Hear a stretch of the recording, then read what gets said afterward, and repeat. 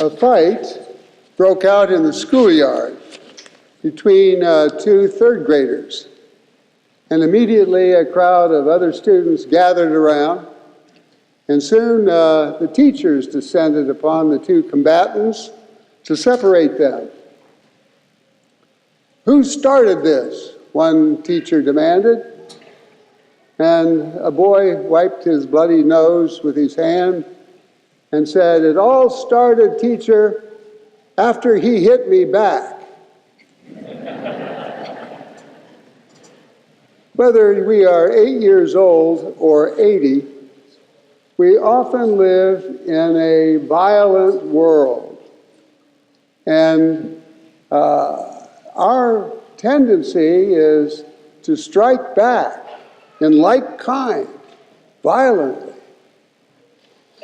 I think that Jesus, however, gives us some insights today about how we should respond.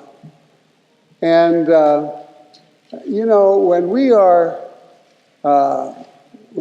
hurt, it's either fight or flight. To fight back, hit back, or run away. But Jesus wants us to respond in a different way, non-violently, and even with love. Love your enemies. Do good to those who persecute you. Bless those who curse you. Pray for those who mistreat you. What does Jesus say? Turn the other cheek if someone hits you on one cheek. If someone takes your cloak, give him your tunic as well. Are we to take these words of Jesus literally? Isn't it cowardice to allow ourselves to be bullied? To follow Jesus' words and teaching, however, I think are the farthest away from cowardice we can get. It takes the utmost courage, in fact. In the time of Jesus, it was acceptable for a master to discipline his unruly slave by slapping him on the face with his open hand. It was acceptable. What was not acceptable was to slap your slave, your servant, with the back of your hand or your fist. That was unacceptable culturally. Not even the king could slap his servant with the back of his hand. He would be seen as a tyrant. And so what Jesus is saying, if someone slaps you with the one hand, turn your cheek, offer the other cheek. But then he'd have to slap you with the back of his hand and thereby expose your inhumanity, your lack of self-respect, and your lack of respect for the dignity of the other person. The same is true for when he says, if someone takes your cloak, give him your tunic as well. That'd be like saying, give him everything you have, just stand there in your underwear. And that would really point out to him his own callousness, his own inhumanity, and he might change. So the words of Jesus, I think, are simple and profound. And they're designed to give us an alternative to fighting back or running away.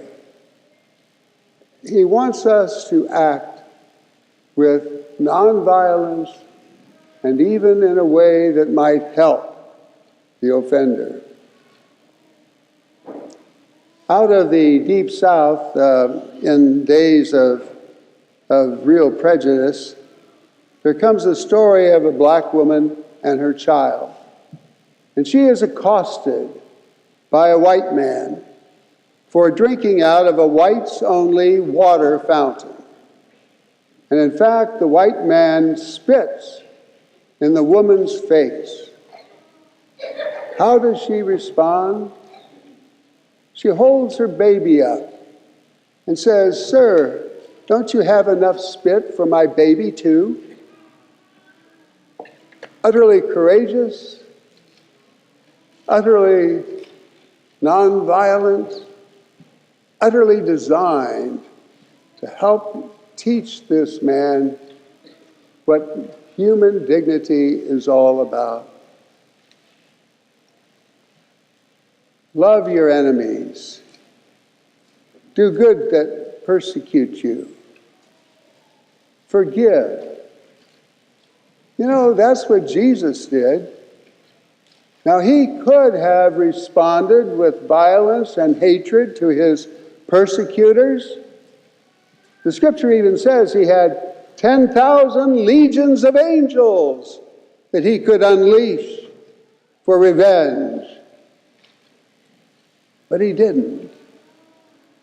He took his suffering, he took his death on the cross and made it an act of love. And so it became redemptive. Now, when we turn the other cheek, it may not convert the person, but it might. And at least we will know that we have acted not in kind to the inhuman way of treating others, which degrades ourselves as well as the other. But we will have acted out of love. I have a prayer I'd like to share with you. I entitled this prayer, Loving Enemies.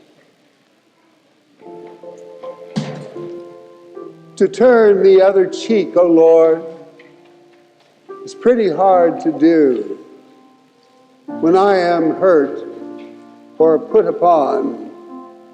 I get mad, revengeful too.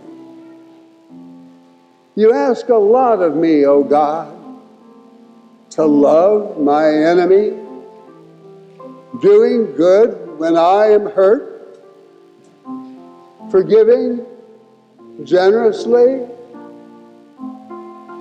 You don't want me to strike back or to run away. Courageous love you want to see without violence to repay. Help the other see his fault, to understand that he violates his own self-worth when assaulting me. Jesus, Lord, show me the way, with mercy ever new, repaying hurt and pain with love, following after you.